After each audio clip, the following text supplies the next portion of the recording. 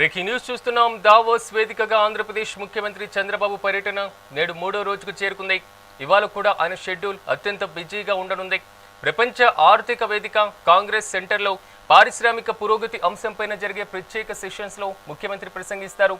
అనంతరం హెరిసిస్ chairman Frank richer, తమారా hospitality, కాలిబో artificial intelligence సంస్థల సీఈఓలతో కీలక భేటీలు నిర్వహిస్తారు. ముఖ్యంగా బ్లూంబెర్గ్ నిర్వహించేటువంటి ఏఐ సెషన్లో ముఖ్య వక్తగా పాల్గొని గ్లోబల్ ఎకానమీ పైన ఆర్టిఫిషియల్ ఇంటెలిజెన్స్ ప్రభావం గురించి ముఖ్యమంత్రి మాట్లాడనున్నారు. అటు కేంద్ర మంత్రులతో కలిసి భారతీయ మౌలిక సదుపాయాల కల్పనపైన జరిగే చర్చలోనూ ఆయన పాలు పంచుకోనున్నారు. మొత్తంగా ఇవాళ పెట్టుబడుల ఆకర్షణే లక్ష్యంగా పలు కీలక సమావేశాల్లో సీఎం పాల్గొనున్నారు.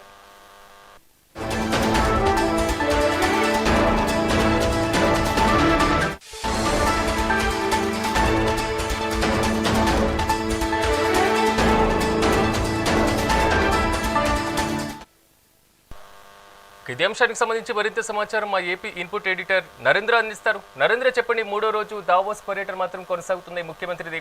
ప్రధానంగా ఈ రోజు షెడ్యూల్ ఎక్కడ గమనించినా ఆర్టిఫిషియల్ ఇంటెలిజెన్స్ కి సంబంధించినటువంటి కీలకమైనటువంటి ఎజెండా కనబడుతున్నటువంటి పరిస్థితి కనబడుతుంది. సో ఈ 3 రోజుల పురోగతి ఏంది, పూర్తి అప్డేట్స్ ఏంటి? దావోస్ లో ఆంధ్రప్రదేశ్ ముఖ్యమంత్రి నారా చంద్రబాబు నాయుడు, మంత్రులు, అధికారుల బృందం పర్యటన కొనసాగుతూ ఉంది. ఈ 3వ రోజు చంద్రబాబు నాయుడు షెడ్యూల్ చాలా బిజీగా ఉంది. ప్రముఖ కంపెనీల సీఈఓలతో చంద్రబాబు నాయుడు భేటీ కాబోతూ ఉన్నారు. World economic forum Congress centre లో జరిగేటువంటి పారిశ్రామిక పురోగతి అంశంపై కూడా నిర్వహించేటువంటి సెషన్ లో చంద్రబాబు నాయుడు పాల్గొనబోతూ ఉన్నారు. దాంతో పాటు దీనికి సంబంధించినటువంటి వివిధ కంపెనీల ప్రతినిధులతో కూడా ఈ రోజు చంద్రబాబు నాయుడు భేటీ ఆంధ్రప్రదేశ్ లో పెట్టుబడులు పెట్టాలంటూ కూడా వాళ్ళని కోరబోతూ ఉన్నారు. ముఖ్యంగా తమారా హాస్పిటాలిటీ సంస్థ ఏదైతే ఫౌండర్ గా ఉన్నటువంటి సిబుల్లాల్ తో, అదే విధంగా ఆ సంస్థకు సంబంధించినటువంటి సిఓఓ అవస్థితో, అదే విధంగా కాలిబో ఏఐ అకాడమీ సిఇఓ రాజుబట్టి కుట్టితో, దాంతో పాటు మరికొంతమంది ఇతర కంపెనీల ప్రతినిధులతో కూడా చంద్రబాబు నాయుడు భేటీ వారంతా కూడా ఆంధ్రప్రదేశ్కి వచ్చి ఆంధ్రప్రదేశ్ లో పెట్టుబడులు పెట్టాలి, ఆంధ్రప్రదేశ్ లో పెట్టుబడులు పెట్టడానికి అనుకూల వాతావరణం ఉంది, ఆంధ్రప్రదేశ్ ఏ విధంగా అభివృద్ధి చెందుతుంది వంటి అంశాలు కూడా వాళ్ళకి వివరించబోతూ ఉన్నారు. ముఖ్యంగా ఆంధ్రప్రదేశ్ లో పెట్టుబడులు పెట్టించే విధంగా చంద్రబాబు నాయుడు మొదటి నుంచి కూడా విదేశీ పర్యటనలు చేస్తూ ఉన్నారు. ఇక్కడున్నటువంటి వాతావరణాన్ని కూడా అక్కడ తెలియజేస్తూ ఉన్నారు. ముఖ్యంగా దీనికి సంబంధించి దీని తర్వాత ఏదైతే ఈ సమావేశాల అనంతరం ఏపీ సిఎన్ఎఫ్ నిర్వహించేటువంటి healing planet through regenerative food systems పేరిట జరిగేటువంటి చర్చా కార్యక్రమంలో కూడా చంద్రబాబు నాయుడు పాల్గొని అక్కడ కూడా ఆయన ప్రసంగం చేయబోతూ ఉన్నారు. ముఖ్యంగా ఆంధ్రప్రదేశ్ కు పెట్టుబడులు తీసుకొచ్చేందుకు ఉన్నటువంటి అనుకూల వాతావరణం వాళ్ళకి వివరించబోతూ ఉన్నారు. ఈ రోజంతా కూడా ఏఐ బేస్డ్ కార్యక్రమాలు ఎక్కువగా ఉన్నాయి. ఆంధ్రప్రదేశ్ లో ఏదైతే ఏఐకి సంబంధించి కూడా పూర్తి స్థాయిలో అన్ని రకాలుగా కూడా వనరులు అందుబాటులో ఉన్నాయి. ఇక్కడ మ్యాన్ పవర్ ఉంది. దాంతో పాటు ప్రభుత్వం కూడా పూర్తి స్థాయిలో అనుమతులు వేగవంతంగా ఇస్తుంది. ఒక పక్క క్వాంటమ్ కంప్యూటర్ వంటి వాటిని కూడా ఆంధ్రప్రదేశ్ నుంచి అందుబాటులో తీసుకువచ్చే విధంగా చంద్రబాబు నాయుడు ఏ విధంగా చర్యలు తీసుకుంటున్నారు, మొత్తంగా ఆంధ్రప్రదేశ్ కి సంబంధించి ముఖ చిత్రం మార్చే విధంగా ఆంధ్రప్రదేశ్ కి వేల కోట్ల రూపాయల పెట్టుబడులు తీసుకువచ్చే విధంగా దావోస్ పర్యటన కొనసాగుతూ ఉంది.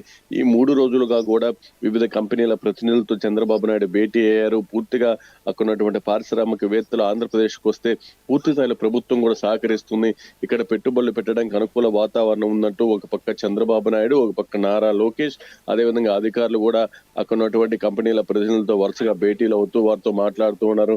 మొత్తంగా ఈ రోజు 3వ రోజు పర్యటనలో కూడా ఆంధ్రప్రదేశ్ పెట్టుబడులు సాధించడమే లక్ష్యంగా చంద్రబాబు నాయుడు ఈ భేటీల్లో పాల్గొని పూర్తిగా కూడా ఆ దావోస్ పర్యటన విజయవంతం చేసుకోబోతూ ఉన్నారు. సిరాజ్, ఆల్మోస్ట్ సెకండ్ డే మనం గమనిస్తే 1,00,000 కోట్లకి సంబంధించిన భారీ పెట్టుబడి రాష్ట్రానికి రాబోతుంది అనేటువంటి వాదన బలంగా వినబడినటువంటి పరిస్థితి కనబడుతుంది. అట్ ద సేమ్ టైం ఇప్పుడు ఈ 3 రోజుల్లో సాగేటువంటి ఎంఓయూలతో పాటుగా పూర్తి స్థాయిలో దావోస్ లో మాత్రం పర్యటన పూర్తిగా ఆంధ్రప్రదేశ్ లో భారీ స్థాయిలో పెట్టుబడుల దిశగానే కూటమి ప్రభుత్వం అడుగులు వేస్తున్నటువంటి పరిస్థితి కనబడుతుంది.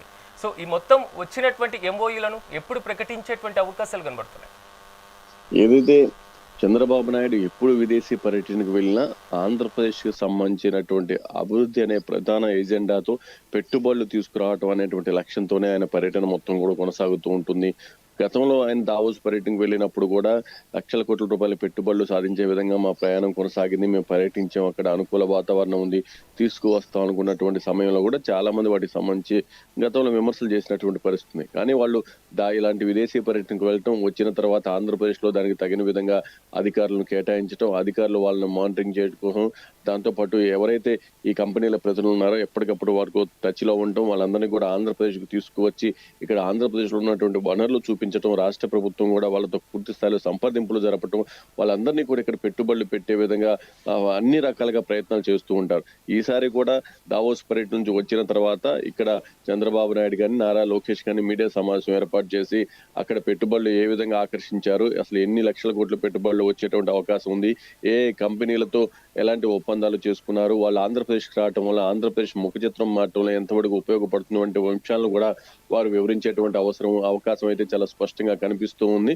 తర్వాత వాటన్నిటిని కూడా గ్రౌండ్ చేసే విధంగా ఎవరైతే ఆంధ్రప్రదేశ్ కు వచ్చేందుకు సానుకూలంగా ఉన్నారో వాళ్ళందరితో కూడా ఎప్పటికప్పుడు అధికారులు టీం అంతా కూడా మాట్లాడుతూ వాళ్ళని ఆంధ్రప్రదేశ్ కు తీసుకువచ్చి ఆంధ్రప్రదేశ్ లో పెట్టుబడులు పెట్టించే విధంగా పూర్తి స్థాయిలో కసరత్తు జరుగుతుంది ఆంధ్రప్రదేశ్ లో.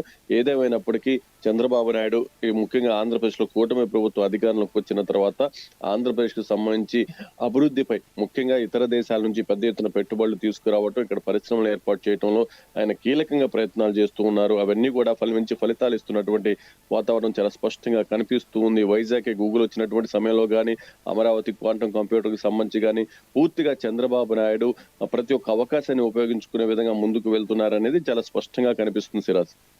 Right Narendra, thank you.